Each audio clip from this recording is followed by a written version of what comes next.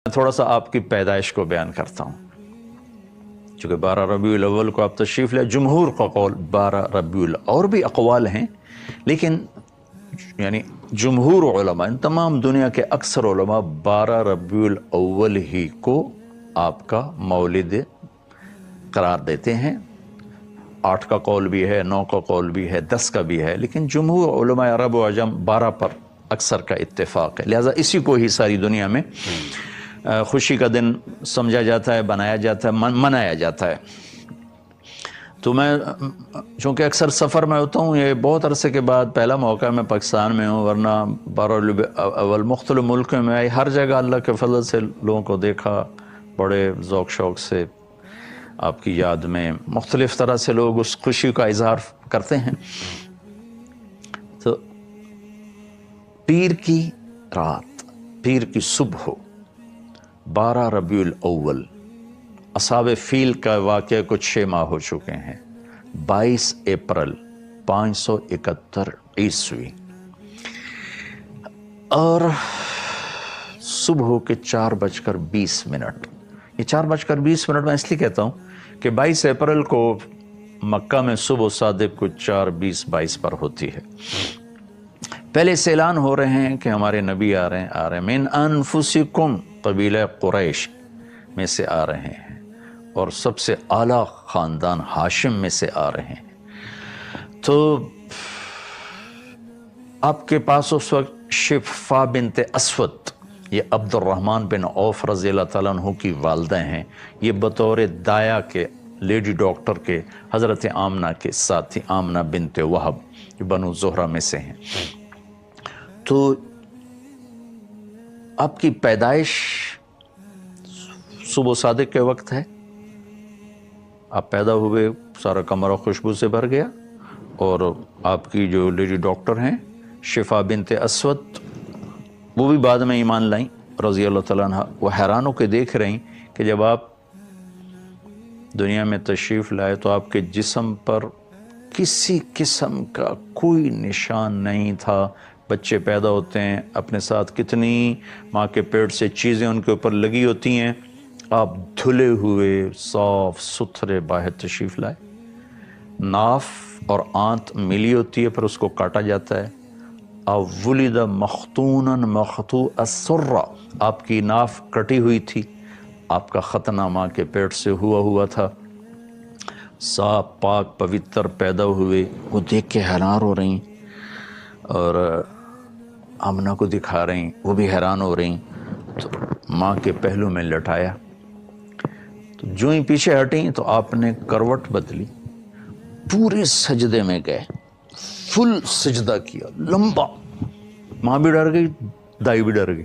پھر اس کے بعد دونوں ہاتھ کا سہارا لے کر یوں پوری چھاتی اوپر اٹھائی، اور الٹے ہاتھ کا سہارا لے کر سیدھا ہاتھ اٹھا کر شہادت کی انگلی کو آسمان کی طرف بلند کیا، تو ایک دم نور ہی نور پھیل گیا چاروں طرف۔ اور حضرت آمنہ فرماتی ہیں کہ میں نے ایران کے، شام کے، حیرہ کے محل دیکھے، تو ڈر گئیں، بچے کو اٹھا کے گود میں لیا، تو ایک دم سارے کمرے میں ایک دھند بھر گئی، جیسے آج کل دھند ہے 2 فٹ پہ نظر نہیں آتا، سارے کمرے میں دھند بھر گئی، اور قریب گود کا بچہ نظر نہیں آ رہا۔ دھند میں سے ایک آواز آئی، طوفوا بہ مشارق الارض و مغاربہا، اس بچے کو مشرق، مغرب، شمال، جنوب سب پھرا دو، لیعرفوا باسمہ ونعتہ وصورتہ، تاکہ کل کائنات جان لے ان کی ذات کو، ان کے نام کو، ان کے صفات کو، اور یہ جان لے کہ یہی ہیں جن کے پیچھے چل کے منزل ملے گی، ان کے ہاتھوں میں ہاتھ دیں گے تو اللہ تک پہنچیں گے، ورنہ بھٹک جائیں گے، دنیا بھی برباد اور آخرت بھی برباد۔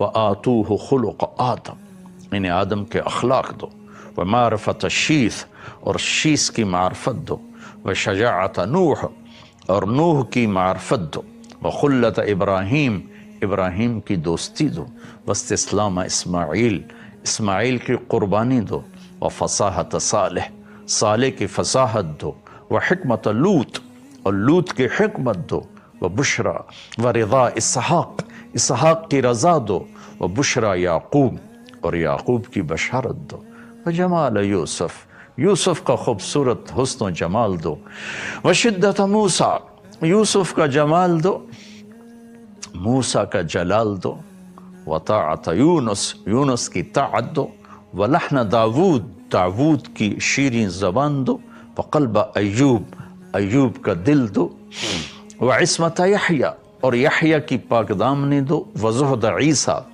اور عیسیٰ کا زہد دو، علیہم الصلوات والتسلیمات، و اغمسوہ فی اخلاق النبیین، اور تمام نبیوں کے اخلاق میں تمام نبیوں کے اخلاق اس بچے کو عطا کیے جائیں، ان اخلاق میں اس بچے کو غوطہ دیا جائے۔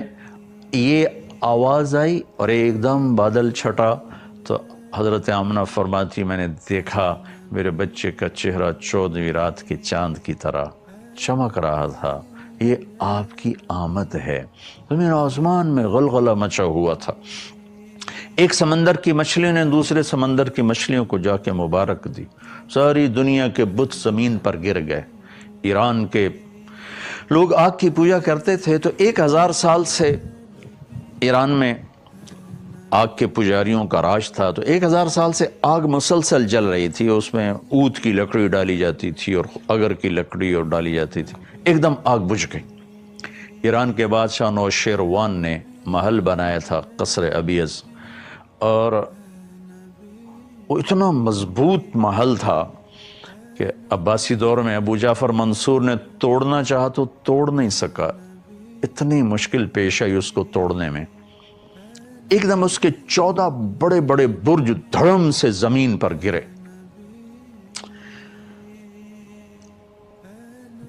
اور مکے میں ایک یہودی آیا ہوا تھا تجارت کے لیے، اس نے صبح صبح شور مچایا، او بھائی آج کسی قریشی کا بیٹا پیدا ہوا ہے؟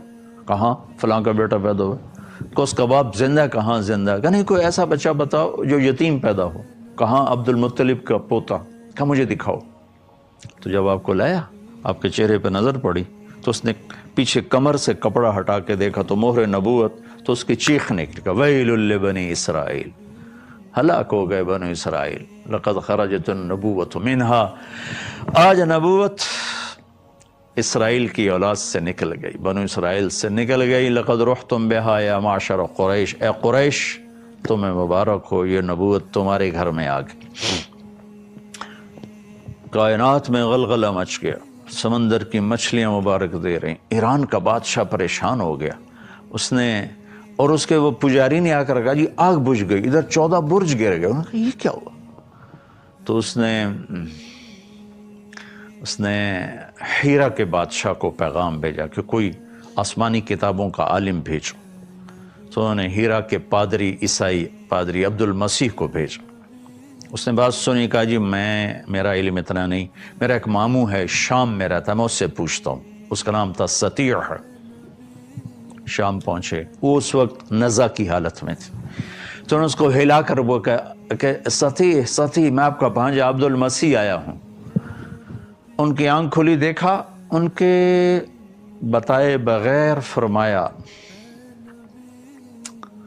ہاں تو اس لیے آیا ہے جئت تسأل عن خمود النیران وارتجاس الایوان، تو یہ پوچھنے آیا ہے نا کہ وہ 1000 سالہ آگ بجھ گئی اور وہ 14 برج گر گئے، کہاں ہاں یہی پوچھنے آیا ہوں۔ فَإِذَا ظَهَرَ صَاحِبُ الْحِرَاوَ وَفَاضَتْ وَادِ السَّمَاوَ وَغَادَتْ بُحَيْرَةُ صَاوَ وَكَثْرَتِ التِّلَاوَ فَلَيْسَ الشَّامُ لِلسَّطِيحِ الشَّامَ وَلَيْسَ فارس لعبد المسیح مقام، کہ اے عبد المسیح ایران کے بادشاہ کو پیغام دے دے کہ آخری نبی ظاہر ہو چکے ہیں، جب قرآن کی تلاوت ہوگی اور صاحب عصا، آپ لاٹھی رکھتے تھے، لاٹھی والے نبی ظاہر ہوں گے، تو پھر شام سطیح کا نہیں رہے گا اور فارس عبد المسیح کا نہیں رہے گا، اور اس کی امت ان تمام علاقوں پر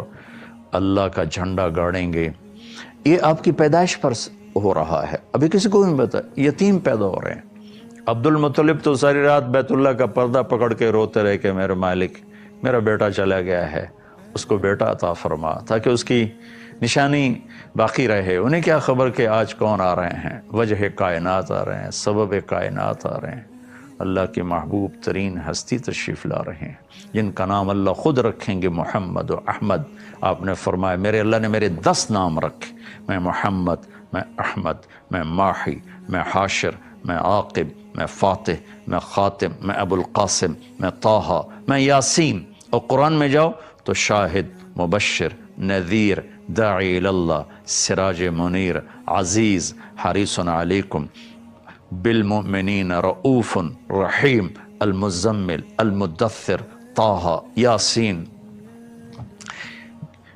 ایک کتاب ہے میرے پاس جس میں 1177 نام اللہ کے نبی کے لکھے ہوئے ہیں. 1177 نام. 1177 بھی تھوڑے ہیں، جن کی صفات کی کوئی حد نہ ہو ان کے لیے 1177 چھوڑ 11 لاکھ ہوں تو بھی وہ تھوڑے ہیں. تو یہ تو وہ ہیں جو علماء نے جمع کیے مختلف جگہوں سے، پھر پرانی کتابوں سے اور مختلف اس کے مصادر مآخذ سے. تو من انفسکم کو بتا رہا ہوں، من انفسکم، ایسے پیدائش میں ایسے غیبی نظام، ہستی میں ایسے غیبی نظام، ذات میں ایسے غیبی نظام، اخلاق ایسے عالی شان، ذات ایسی عالی شان. اور ختم نبوت کا تاج سر پہ سجایا، اخلاق عالی، سخاوت عالی، محبت عالی.